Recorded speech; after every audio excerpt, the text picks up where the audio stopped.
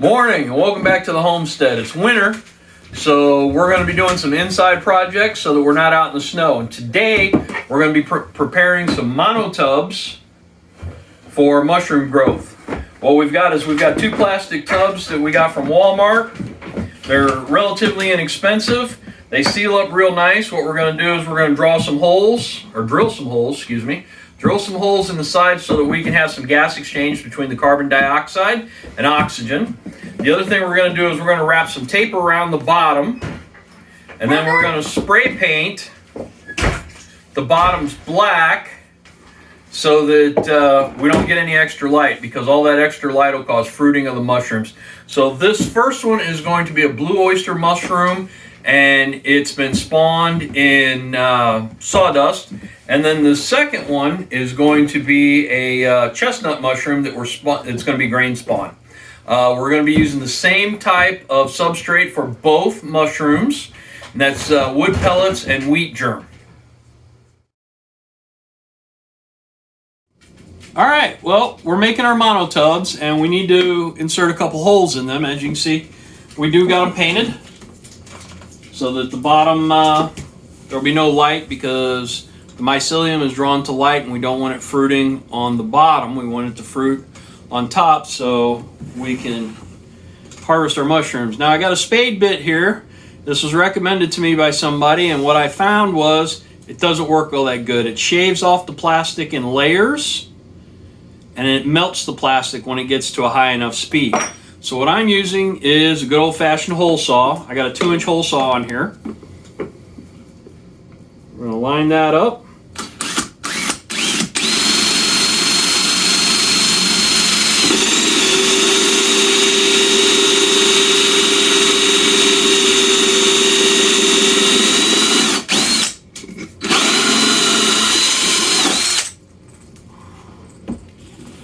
Oh, my bit came out. But we made a nice clean hole. Well, cleanish. I'll take my razor knife and then I'll clean up the edges here so that they're nice and smooth. And this is where our filters are going to go. So we've got 2 on this side, and then we're going to put 1 on the front, and the one on the front is where our fan's going to go.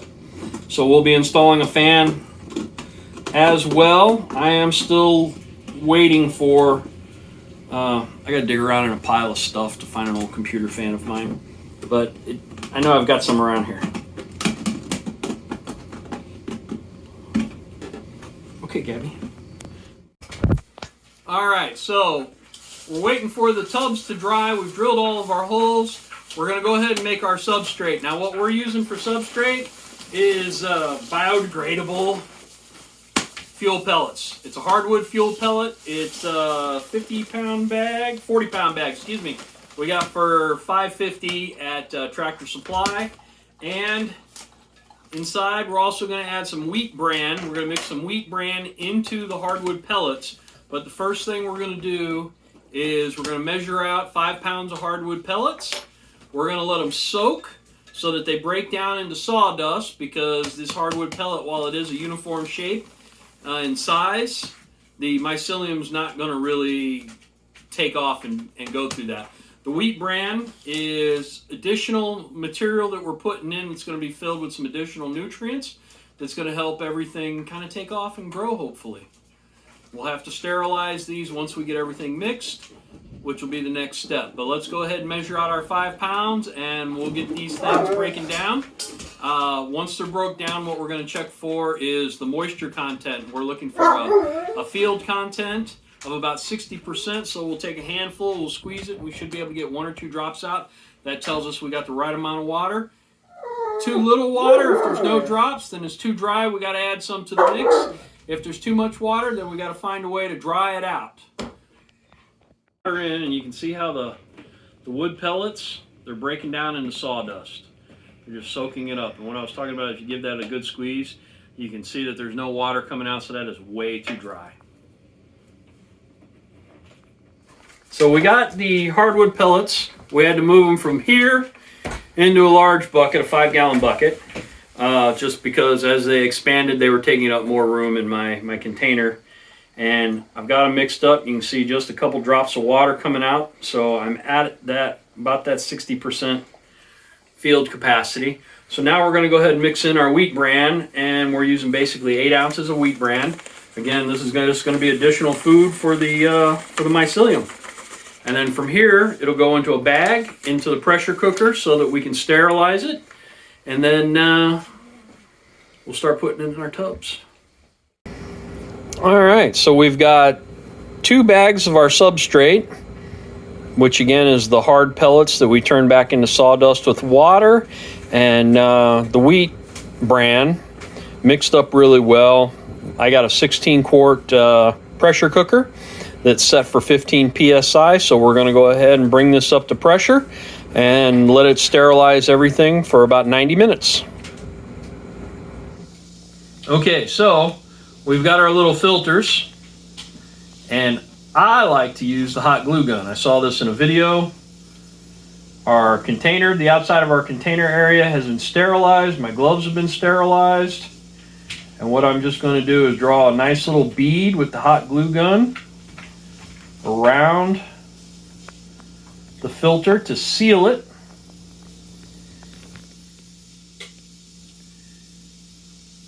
And when and if I replace this filter, which I would do with some additional, if I'm going to reuse this monotub to grow something else, I'll put new filters on because they're cheap enough that it easily just peels right off, but it creates a nice little seal.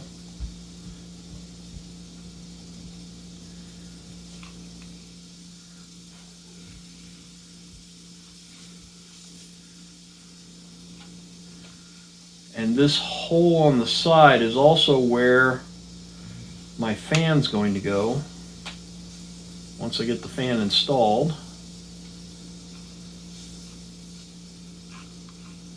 Oops. My glue stick ran out. Let me grab another glue stick here.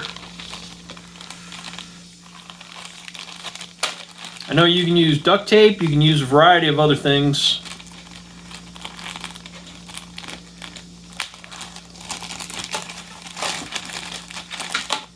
Get these little filters attached. I just like the glue gun. Like I said, I saw it in another video and I thought, well, that's actually a pretty good idea.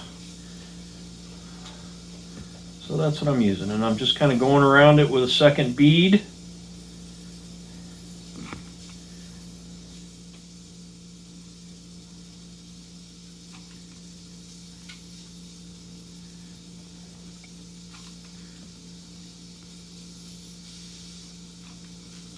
I don't know if you can see, but we've got the substrate behind us, and it's getting ready to, it's cool, in the process of cooling down right now. All right, well, that's kind of what it looks like when it's done. And we're going to go ahead and do the other holes the exact same way. Well, we've let the pressure cooker cool down so that it was safe enough to open, and we've got our bags of substrate all sterilized now. All right, so here we are on the last steps of making our lasagna.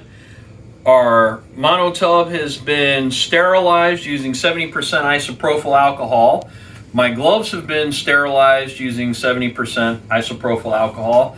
I've gone ahead and sterilized the outside of both bags. I've got my substrate right here, and I've got my Blue Oyster mycelium right here. So the first thing I'm going to do is reach in and get a pretty decent handful. And I'm going to coat the bottom.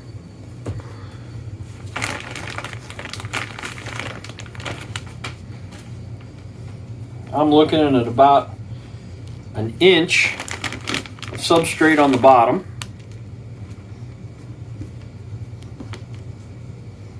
Break up any large chunks that we have. Then we're going to reach in and we're going to get a big chunk of our Blue Oyster. And we're just going to kind of crumble that up.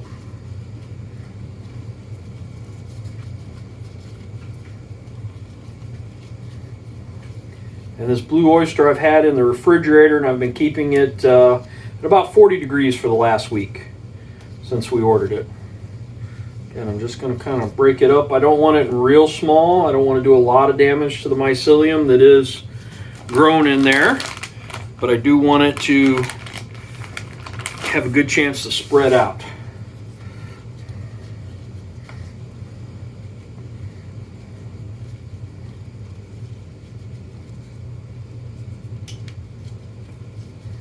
Okay.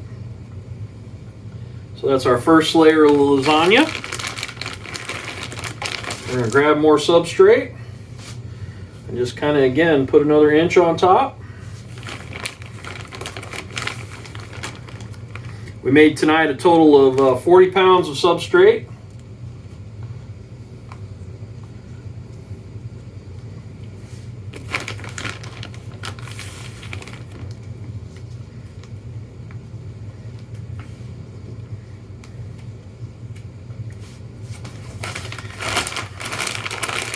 And we're just going to continue this process until we get 5 or 6 layers. Good. All right, so we've used up our full 5 pounds of substrate. Let me get it out of the bag here. And what we'll do, we'll just, again, kind of spread the substrate out. And what you'll notice is my substrate and the mycelium that I put in to this monotub is just up to the black line we painted. And the reason is the mycelium, the hypha, is going to be attracted to the light. So as it starts to grow and the little tendrils reach out, it's going to be going towards the light. So we paint the bottom so there's no light, so there's no hypha or mycelium growing in that direction. So everything will fruit from the top. And we've got a couple of inches of space here, so we should have a good carbon dioxide and oxygen exchange. So the lid, which we have sterilized. We did sterilize this whole end of the table. We're going to go ahead and put the lid on, lock it down. One of the things that I like about this particular tub is it's got a gasket there. So you really get a good seal so that I can monitor the humidity, and I don't have any mechanism to monitor the CO2 levels and oxygen levels, but I do have a device that I'll install that monitors the humidity, and we'll keep the humidity right where it needs to be, initially at about 90%. All right, so here we have our greenhouse. As you can see, we got our LED glow light on, and again, this is designed specifically, we use this greenhouse for starters, so it's designed to provide light on the blue-green spectrum. Primarily, I know it looks white. I can't understand that. It's just in the spectrum that we see, but again, as we purchased it, it was designed for that blue-green spectrum. The other thing we've got the heat mats that are just like this, and I've got that underneath right there, and that's been plugged in as well. The light's plugged in. This is an opaque, it's not completely clear, so it's getting nice diffused light into our monotub. Tomorrow, again, we'll go ahead and put a fan on. We're going to take some measurements, some temperature measurements, some humidity measurements, but I want it to go one night where let's see what, the ambient atmospheric humidity and everything's going to be, because again, we're down in our basement. It's fairly humid down here. We never have any problems with starters since we've got this, so we'll go ahead and zip this up, and that'll be it for tonight. Thanks for watching. Beautiful stars, I wanna drive a faster car. I'm gonna be myself, I'm gonna be someone else. I'm gonna be myself, I'm gonna be someone else. I'm gonna skip my breaks, I'm gonna make mistakes. I'm gonna skip my breaks, I'm gonna make mistakes.